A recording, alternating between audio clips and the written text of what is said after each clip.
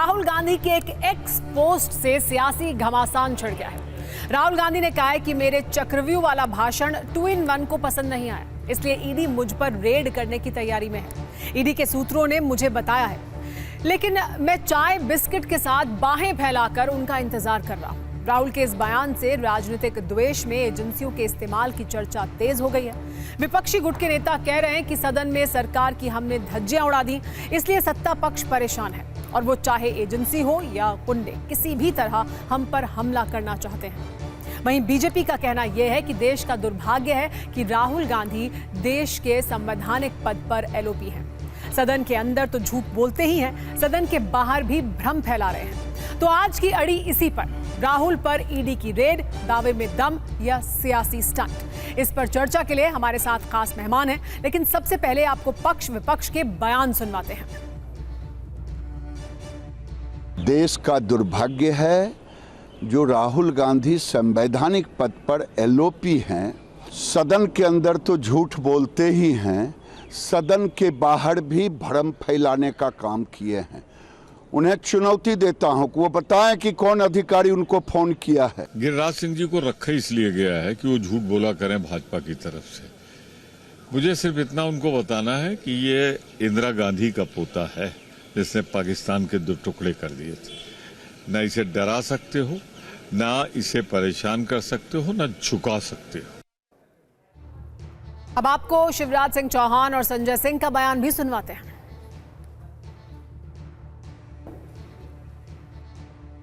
माननीय उपसभापति जी, हम किसी को छेड़ते नहीं है, लेकिन अगर कोई छेड़ दे तो फिर छोड़ते भी नहीं।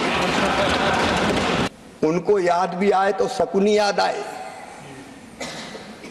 शकुनी, चौपड़, चक्रव्यूह, और इन सारे शब्दों का संबंध है अधर्म से। जाकी रही भावना जैसी, प्रभु मूरत देखी सुनत ऐसी। शकुनी मतलब छल, धोखे और कपट के प्रतीक थे। चौपड़ में तो धोखे से ही हराया गया था। और चक्रव्यूह मतलब फेरवार नहीं, घेर के मारना। अब कांग्रेस को क्यों चक्रव्यूह, शकनी, चौपड़ ये याद आते हैं? भगवान श्री कृष्ण याद आते हैं। हमको तो कन्हैया याद आते हैं। जब जब धर्म की हानि होगी, अधर्म बढ़ेगा, पाप बढ़ेगा, अत्याचार अनाचार बढ़ेगा, तब तब धर्म की रक्षा और अधर्म के नाश के लिए मैं बार बार आऊंगा, ये भगवान श्री कृष्ण ने कहा था।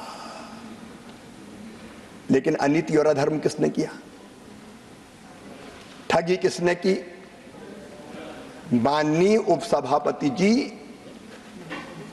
कांग्रेस के डीएनए में ही किसान विरोध है, मैं ये कहना चाहता हूं। जब भी कोई सरकार के खिलाफ आवाज उठाता है, निश्चित रूप से उसके पीछे ईडी डाल दी जाती है, उसके पीछे सीबीआई डाल दी जाती है। जो इस सरकार के खिलाफ आवाज उठाएगा उसको पकड़ के जेल में डाल देंगे।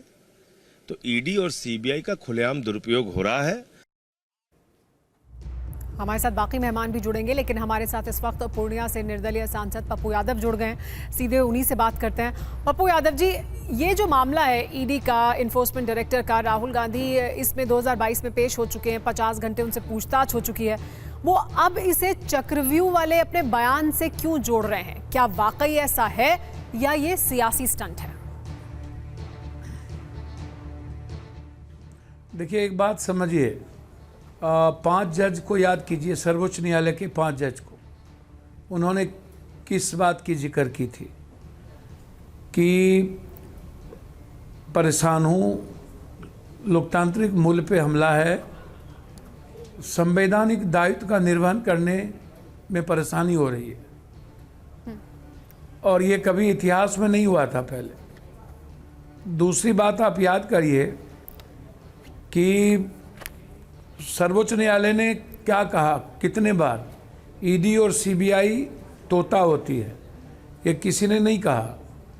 तीसरी बात, अजीत पवार जी अच्छे, शरद पवार खराब, जगन रेड्डी पहले अच्छे अब खराब, अब चंद्रा बाबू अच्छे,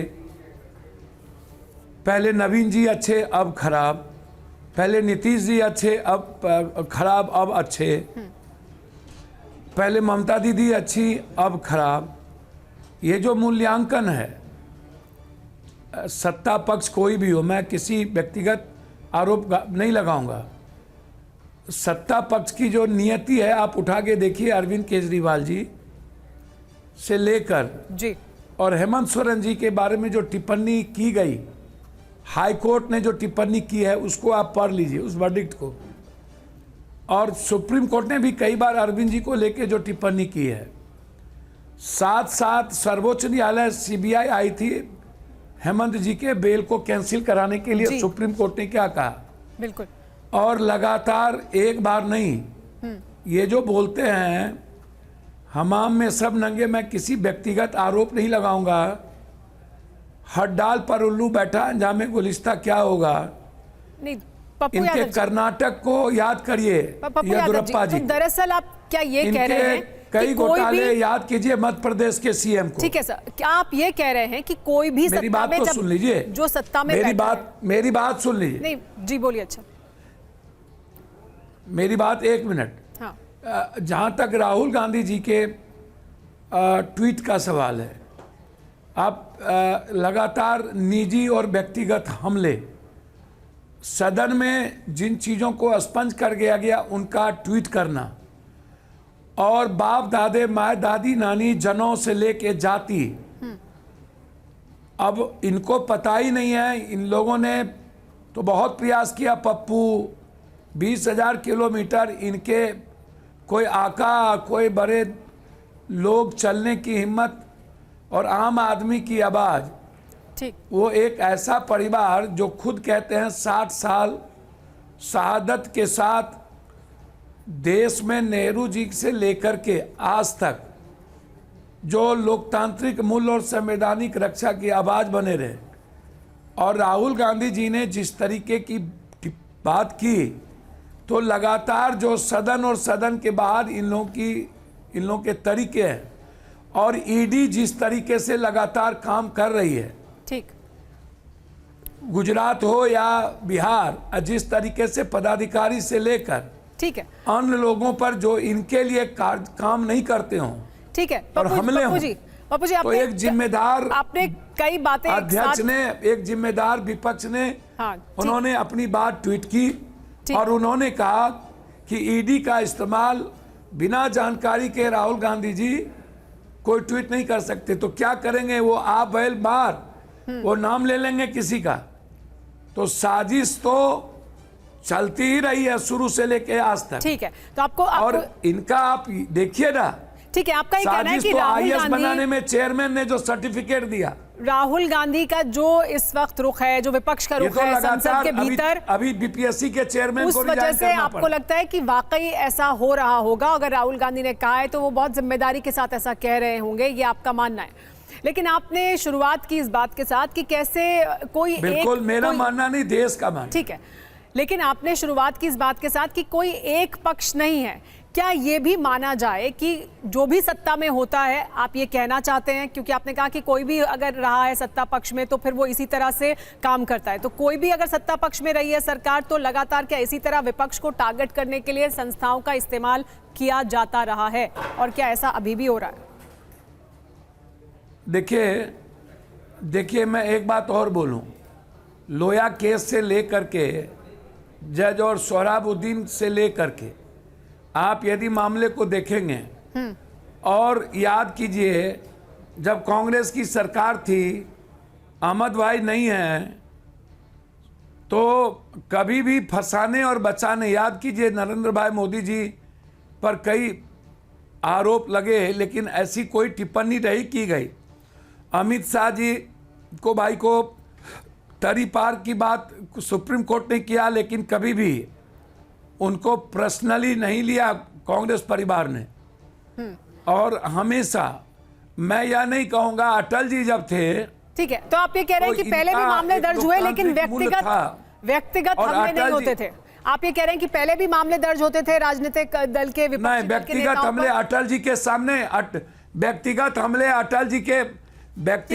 अटल जी के काल में भी नहीं था। ठीक है, लेकिन और वो विपक्ष को अहमियत देते थे, केज सम्मान पैरेड का करते जिक्र थे। किया, वो तो कांग्रेस के और राहुल शासनकाल गांधी में ही जी कहा के लिए गया था तो सीबीआई को।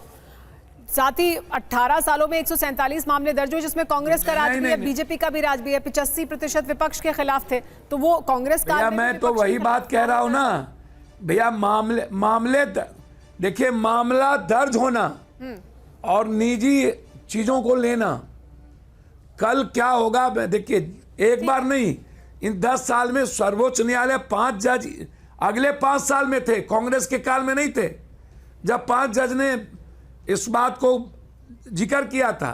ठीक है, चुनाव आयोग ने रिजाइन दिया तो इन्हीं के काल में दिया, रिजर्व बैंक ऑफ गवर्नर ने रिजाइन दिया तो इन्हीं के काल में दिया, वो ईडी के कई पदाधिकारी हटे तो इन्हीं के काल में दिया। जी हाँ, पप्पू जी बहुत शुक्रिया, पप्पू यादव जी हमारे साथ जुड़ने के लिए और अपने विचार साझा करने के लिए इस मुद्दे पर।